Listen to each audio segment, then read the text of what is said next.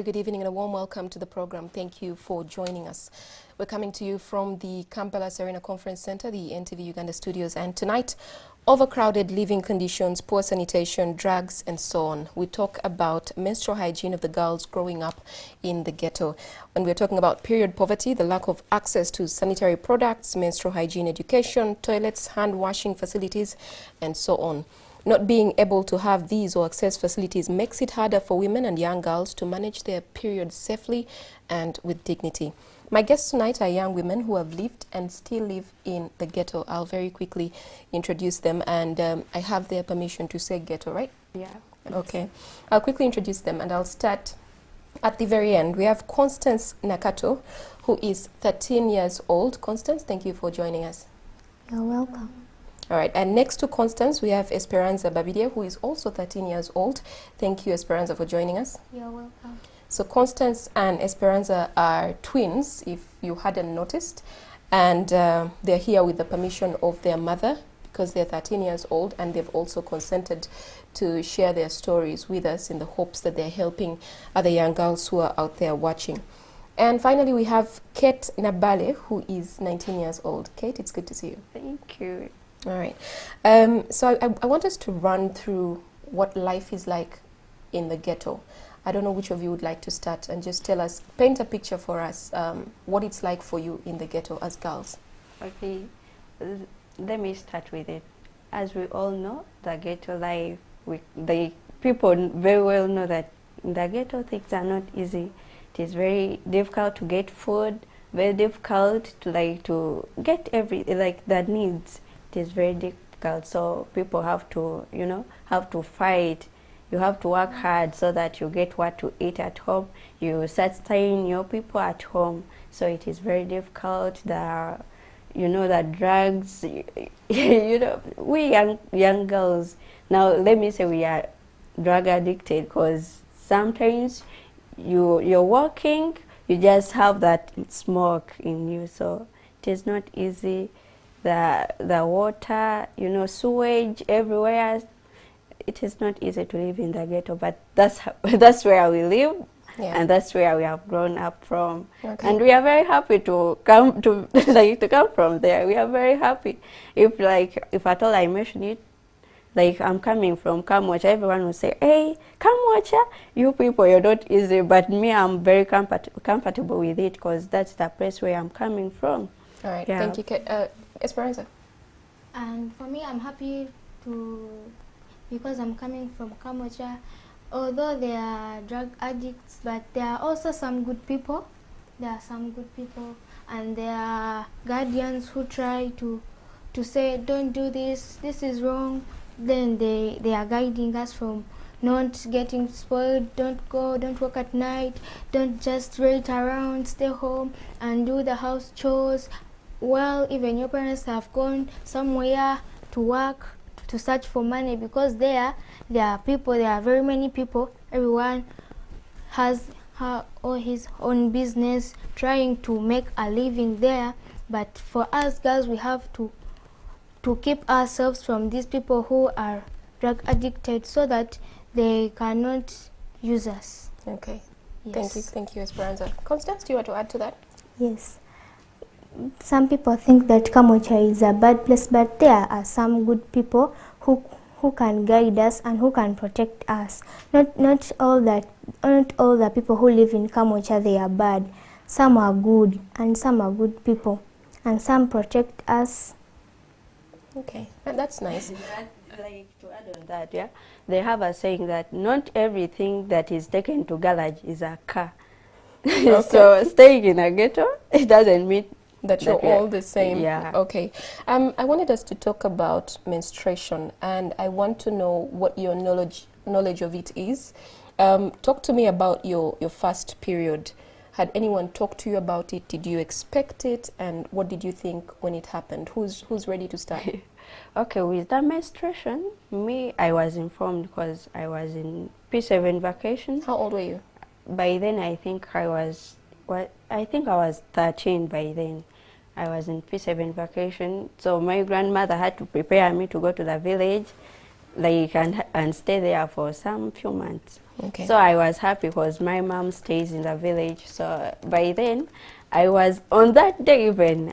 I had some pains, but I was like, maybe they are normal. So since I was happy to go to the village, I was like, this pain will just go. I know it is normal. But I didn't check my panty to see whether I'm having something. Just because I was happy, I just moved on. We went to the taxi. From there, I went home. But still, I had that pain. But onwards, I had like to bathe, you know. I had to bathe, but surprisingly, I found blood on my pant, and I was like, what? Where did it come from? I checked myself. I was okay. Nothing was paining me apart from the stomach. There was no wound? No nothing. wound. I checked and was like, okay. Since like at school in P7, we got some visitors. They were coming from Oris. They gave us some pads. So me, I had kept one just for emergency, because all that time I was like, me, I'm not having my menstruation, and people are talking about menstruation. I was like, let me keep one, and one, like the rest I gave them to a friend. Okay. I kept one in my bag. So going to the village, I had that one pad, so I had to use it. After using, like I was forced. I didn't tell my parent. I didn't tell my mom, because I was like, she will ask me, where did you get it? What happened? You know, some parents don't trust their children. I was like, maybe my mom will not trust me. Will just keep on asking what happened. So you not used knowing, that one pad? Yeah, I used that one pad for the moment. Afterwards, I was forced, because in my bag I had one roll of a toilet tissue. I had to use it. When it got finished, I was like, even I feared to go out. And she asked, Kate, what's wrong? I was like, nothing. But for her, I think she knew. Yeah. But she didn't want to tell me. So I was forced to cut my dress with a scissor, got a cloth. I had to pad it. And I was like, I couldn't move out. I couldn't go anywhere. Okay. So I wasn't comfortable at all.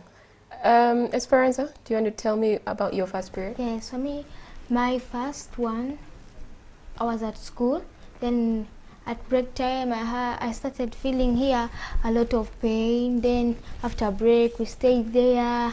Then in the evening, when we were going back home, then I was going to shower. Then the same pain, it was still there. Then I had it. Then to check in my clothes. Then when blood was there, I went where my mother works there. Then I told her. Then she also told me. Then she told me that she doesn't have the sanitary towels. Then she got a cloth. Then she cut. Then she gave me. She wrapped it well, and then I put it there. Then I wore. Then I was there in the house, staying there for 4 days. Yes. All right. Thanks, Esperanza. Constance? For me, my first period, I had it when I was at home. I had pain here and pain in and I had headache. I never knew. Then I went to shower. When I went to shower, I saw blood in my panty. Then I washed it. Then later in the evening, I stayed at home. Then later in the evening, I told my mother.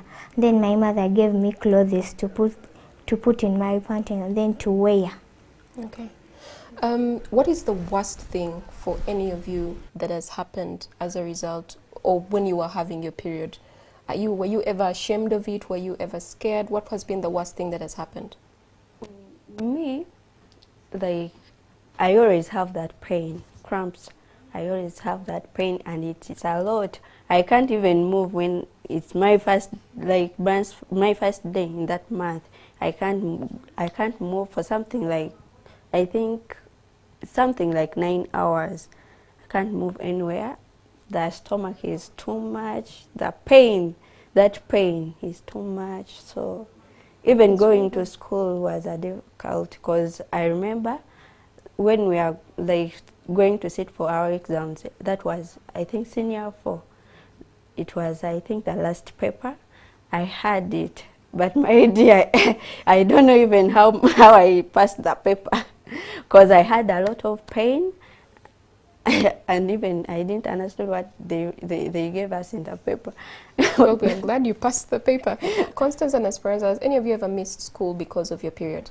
Yes. So both of you have missed school. Why? Yes. Is it the shame? Is it the pain? What is it? It's for me sometimes when I say when now it gets full, then I'm stained, I'm going to work in fear, people are going to look at me, laugh at me, you know, even at school, the children, they can laugh at you, start talking to you with small words, then there, like that. Okay, is that the same for you, Constance? Yes, and another thing is, for me, I get a lot of pain that I can't walk, and then there is lack of money to buy for me medicine. That's the thing which ashames me. Did any of you, the two of you, had anybody told you about your period before you had it? Yes. At school, those people of Oris, they came when we were in P6.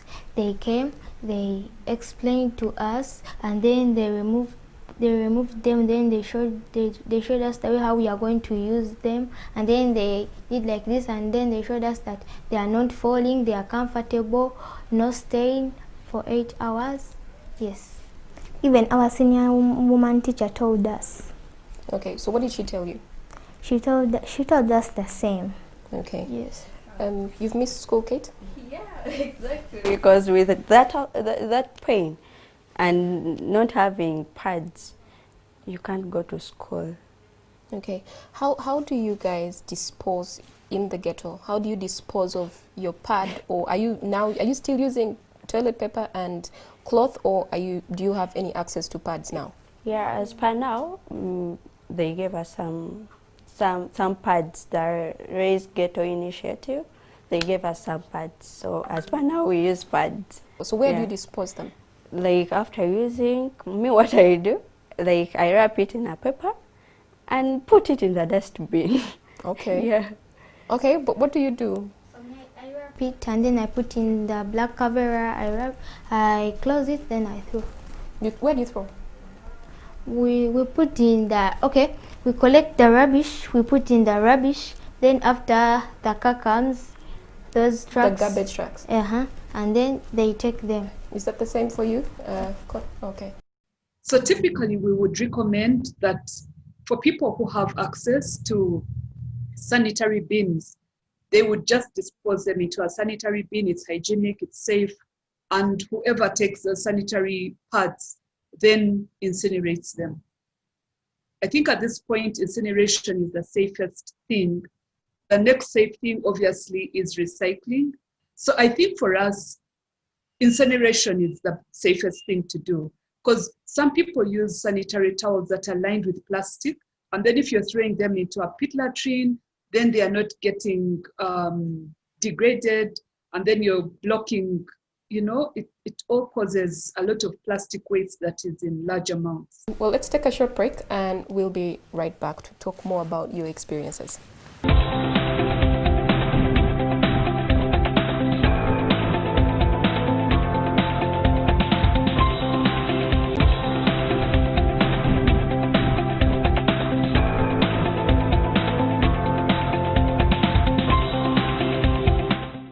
Welcome back. Thank you for staying with us. We're coming to you from the Kampala Serena Conference Center in the NTV Uganda studios. And still in the studio with me is Kate Nabale, who is 19 years old.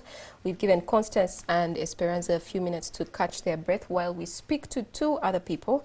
Karen Kagisha, who is the project coordinator at the very end.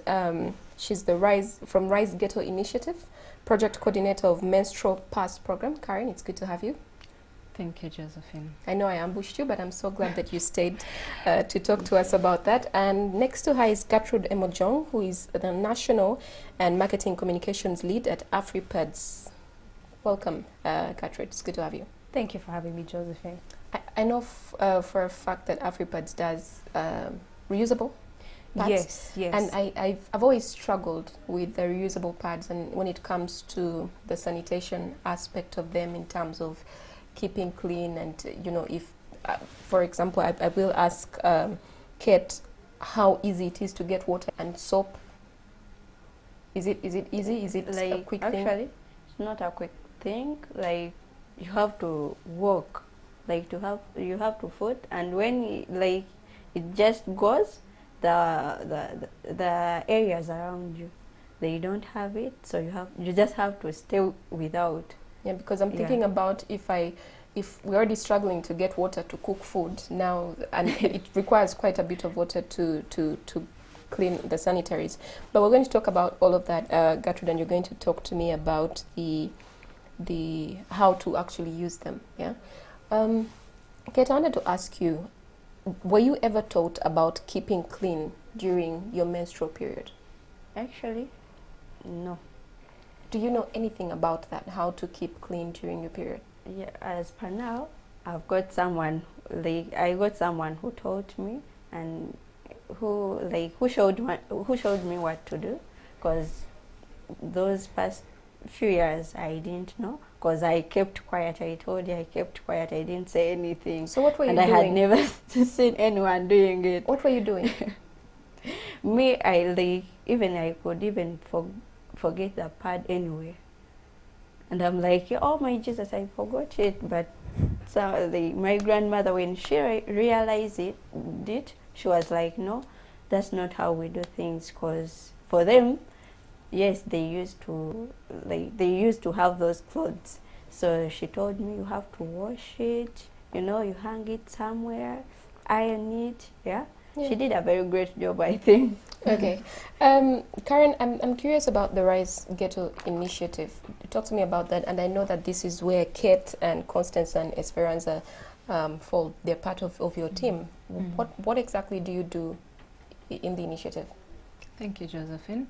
Well, with the initiative, we just started it this year, and we are a group of like 11 people. It's completely on volunteer basis.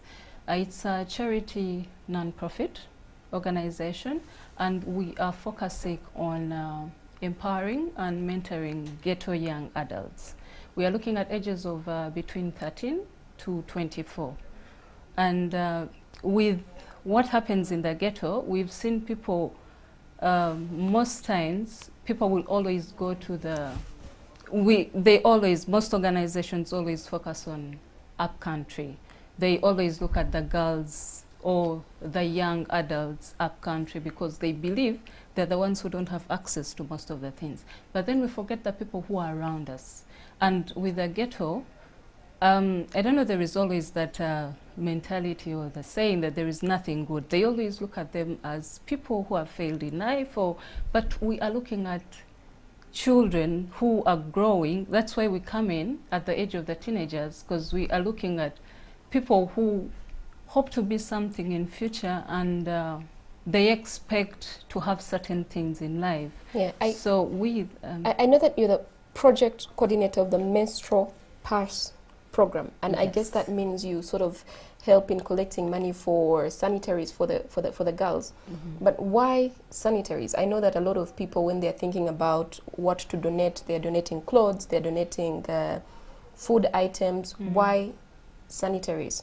Looking at the incomes, especially in the ghetto, looking at the household income, catering for the sanitary towels or the menstrual kits for the young adults, it would take up to like 10% of the income of the household. So most people ignore it.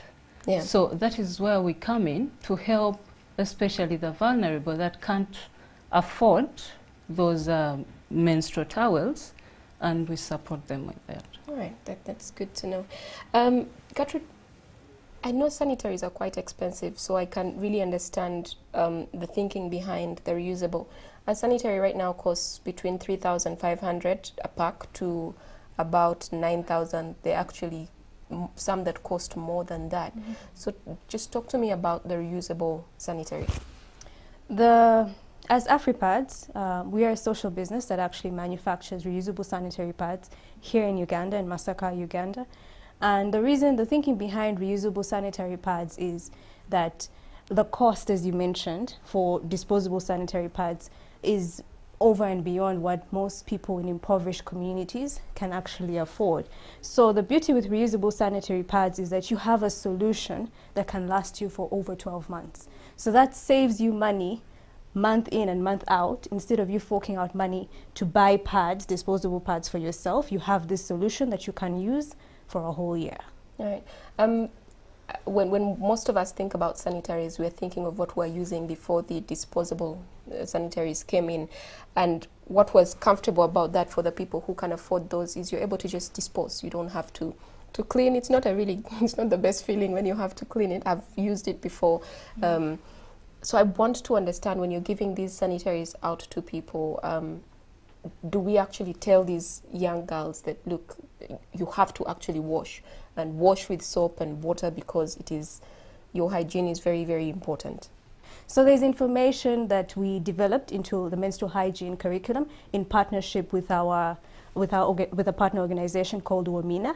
And basically in that menstrual health and hygiene curriculum, there's information on things like how to manage pain during your period. What is your period? Because some girls, when they have their first period, don't even know what's happening to them. So there's a lot of information around how to manage your period, what is happening to your body, what you can do, because the whole point of that menstrual health and hygiene curriculum is to ensure that girls and women have a healthy and happy period, because periods are normal, they're part of life, and these girls should be able to carry on with their normal activities and their day-to-day tasks even when they're menstruating.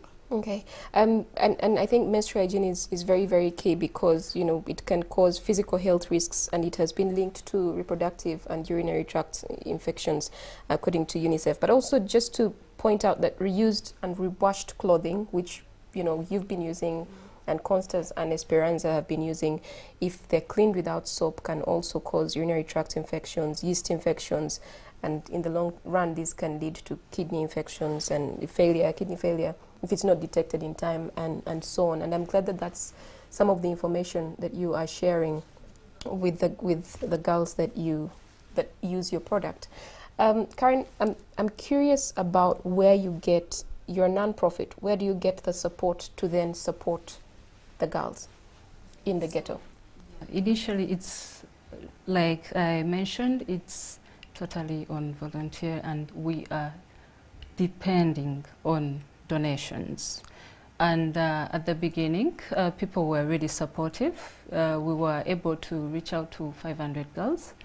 We are currently working in Kamocha. We started with that as the pilot.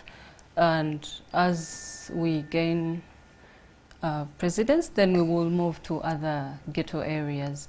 I saw on social media, I think Uitware Gertrude, yes, one of our former journalists, is one of you, and she was reaching out to all of. She's the founder. Yes, she is. She was reaching out to all of us and saying, guys, yes, can you please donate to my girls? Yes. But, so we were able to get the disposables, and that's when AfriPads came in, and they just gave us a donation of 300 kits.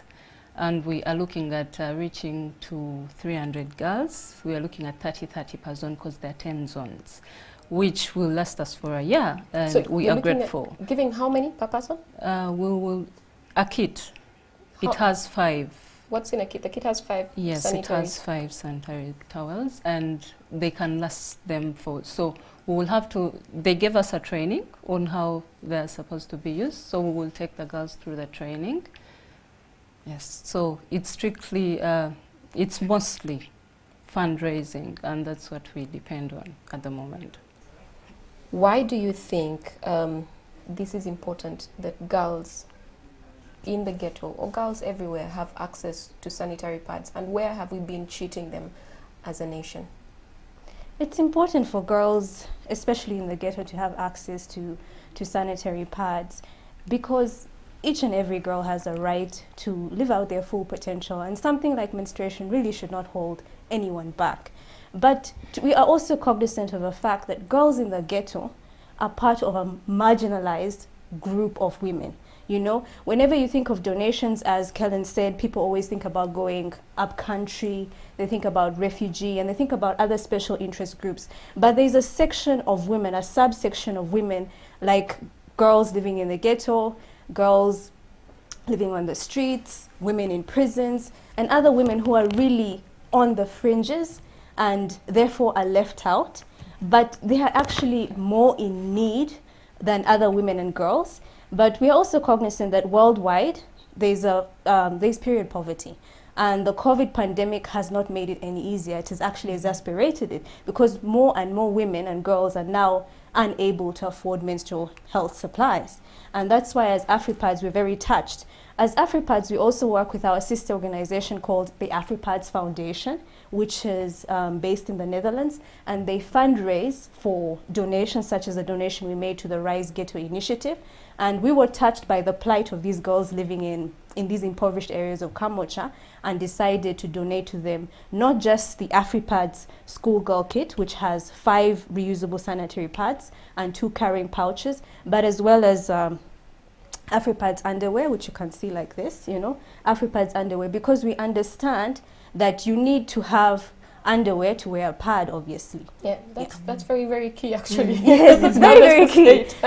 It seems like an obvious thing, yeah. Josephine, but you'd be surprised that there are actually women out there who don't have underwear. So even if you give them the pads, they don't have the underwear to use the pads with. Yeah, we've actually seen some people donating pads out of the blue, but you don't know if the people you're giving them to actually have underwear. So that's a good point to point out. Kat, if somebody is watching at home and they're watching you right now talking about all of this, what can they do to help other girls who are in the ghetto, or girls around the country who cannot afford to go to a supermarket and spend between 4,000 to 9,000 shillings? It is not easy. Me, I've experienced it. It is not easy to stay without pads. You're expecting something, but you don't have it. Like, it's not easy. So, like, they maybe, because I don't know they are earning, but I'm like... So you're saying if somebody wants to help, please Yeah. help financially to the people who can give you get the pads access for you to the pads.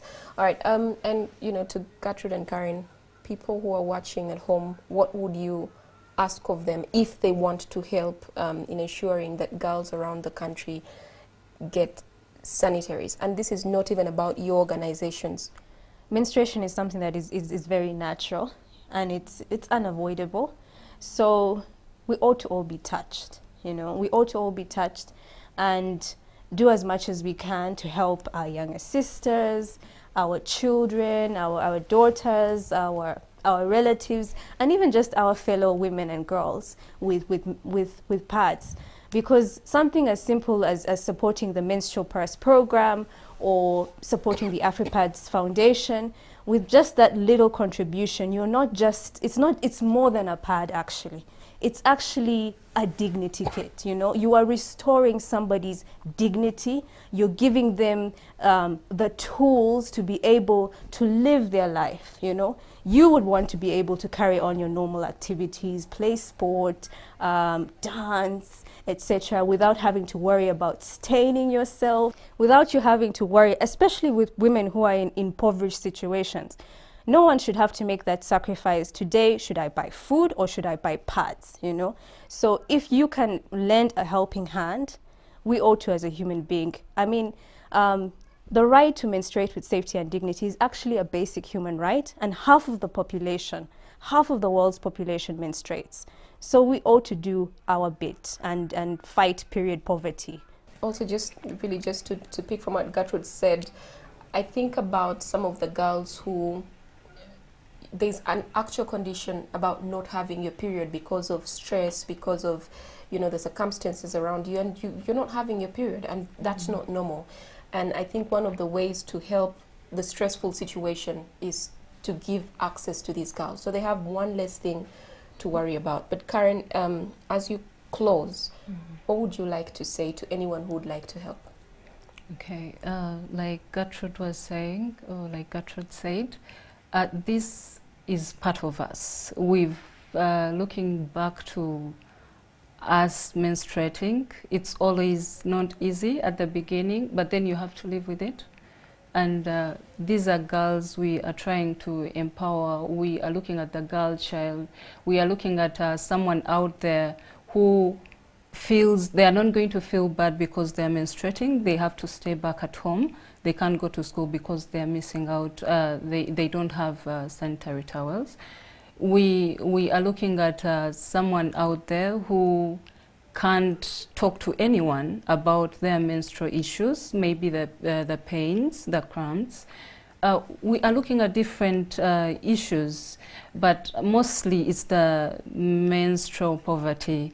And so we hope to reach out to someone out there who is willing to donate or who wants to volunteer, because we look at empowering programs, mentorship programs, and this we encourage successful people like you, Josephine. We hope to we hope to invite you one time. Maybe Kate would be looking up to you, and you mentor these girls to something they aspire to be. All right. Thank you very much, Karen. Let me stop you there before you ask of me something else that I might not be able to do. But thank you, Karen, and thank you so much, Gertrude, for taking the time to be here. We'll be right back with the other girls. The good thing is right now there are reusable sanitary towels, and many companies are now producing reusable sanitary towels. Even our grandparents, our great-grandparents, they used to use reusable sanitary towels, and that included a clean piece of cloth, or which was cotton, can be washed properly. And for me, the issue with reusable sanitary towels is you have to have lots of water and a good amount of soap. And these towels should be washed thoroughly, that no blood should remain in those sanitary towels, because blood can be a culture media for bacteria. And also those sanitary towels, if they are reusable, they need to be hung out in the sun to dry, and if possible, even ironed so that they are dry when they are reused. If they are moist for any reason, then they are going to create discomfort and even cause a leakage, or for me, it's the moisture and the blood mixing together, making an opportunity for bacteria and fungi to grow, and then causing infections in that particular lady or girl. So that sanitary towels have to be washed thoroughly. They need to be dry when reused, and also they shouldn't be shared. We don't encourage douching, and douching means putting soap substances and things into the vaginal canal and cleaning it thoroughly, because we know that the vaginal canal contains safe bacteria and even fungi like Candida, and a little bit of that is safe for the human body to recycle and to remain safe, have a balanced pH. So changing the sanitary towel regularly, but also remembering to wash your hands before you even touch your sanitation.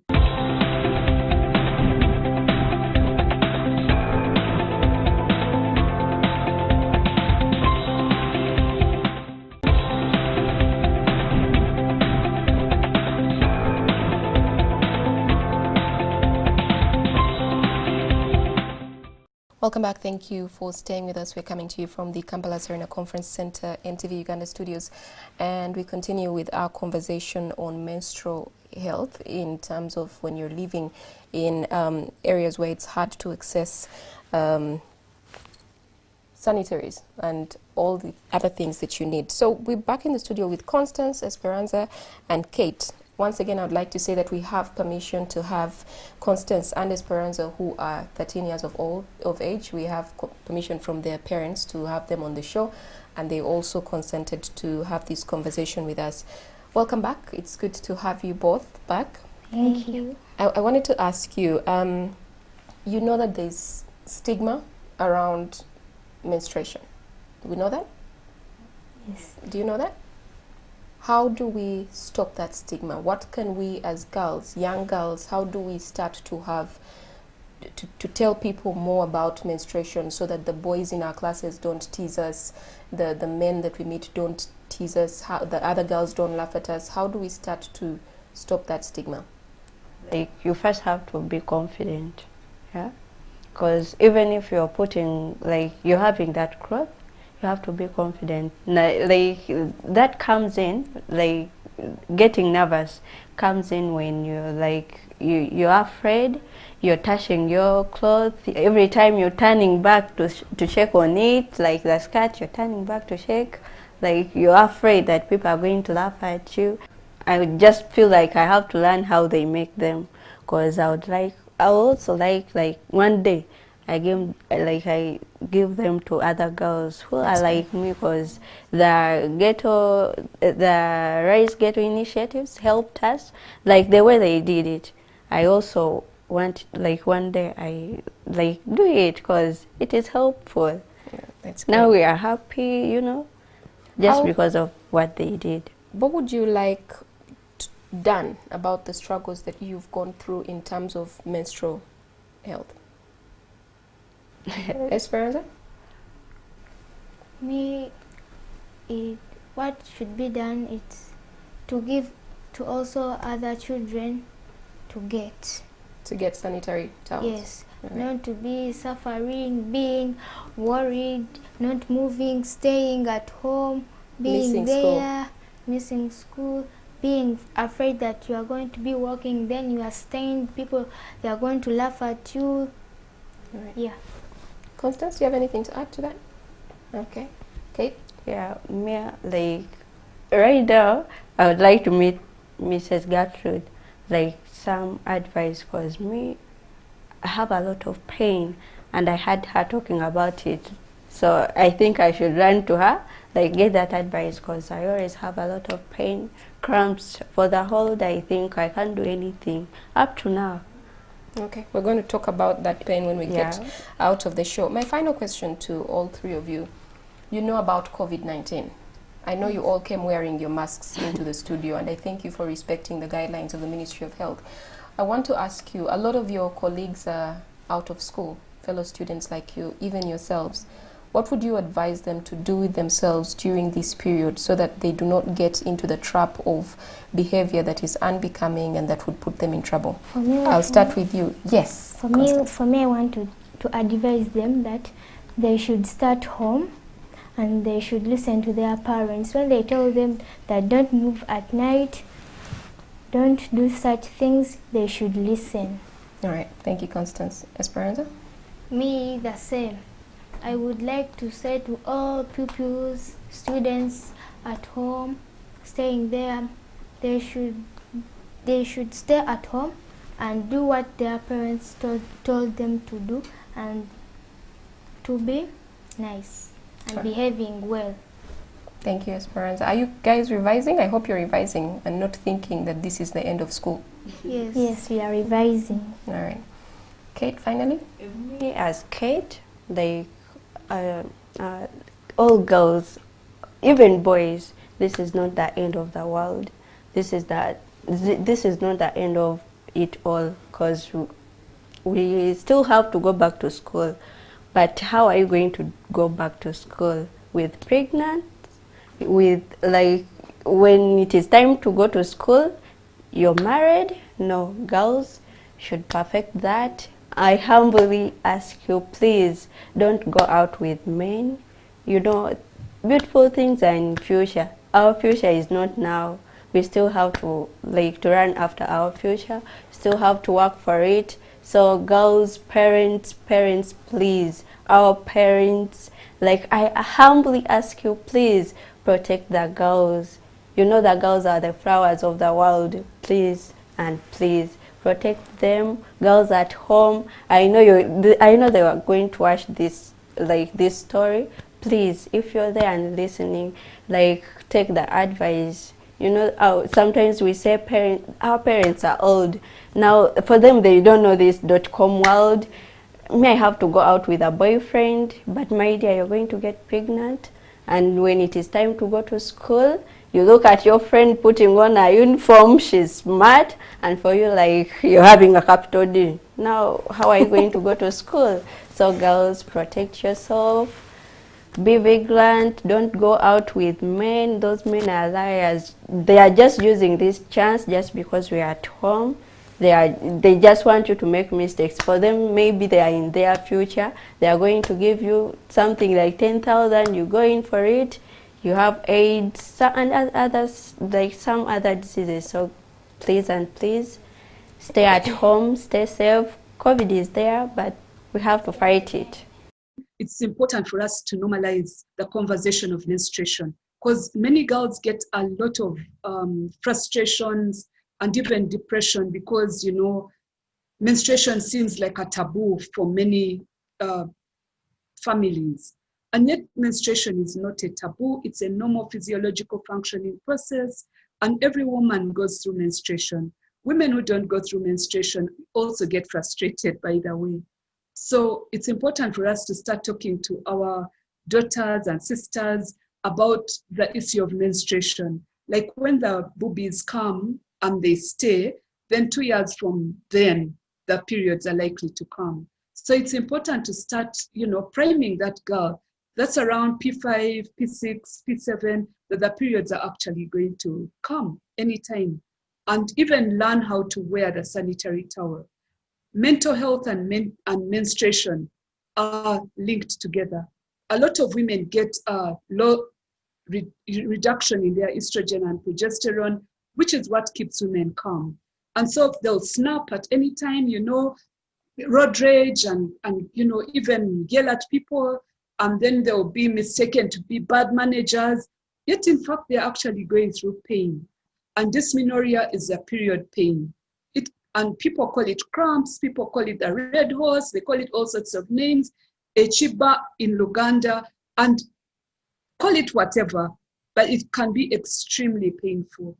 So going to somebody to talk about it, getting pain medication even to control the pain, because pain can be a real disease, and pain is what the patient complains about.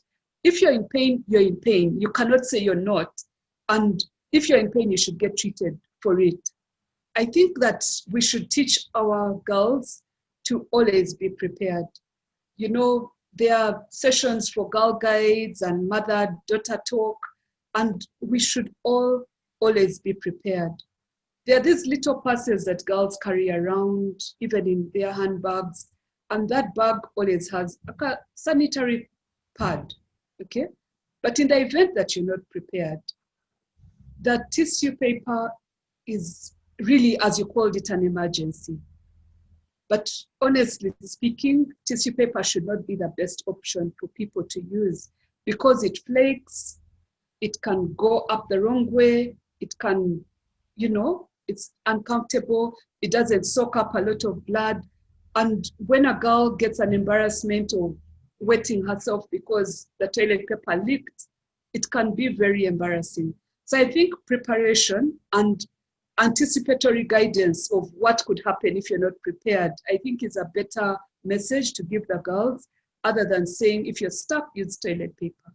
Thank you so much. Thank you, all of you. Thank you for that very passionate plea to the girls out there and to their parents. Kate, we really appreciate, and I appreciate all of you taking the time to come and speak with us. Please thank your mother for allowing you onto the show to share your stories about what it is like living in the ghetto, but also while you are a young girl who is experiencing menstruation.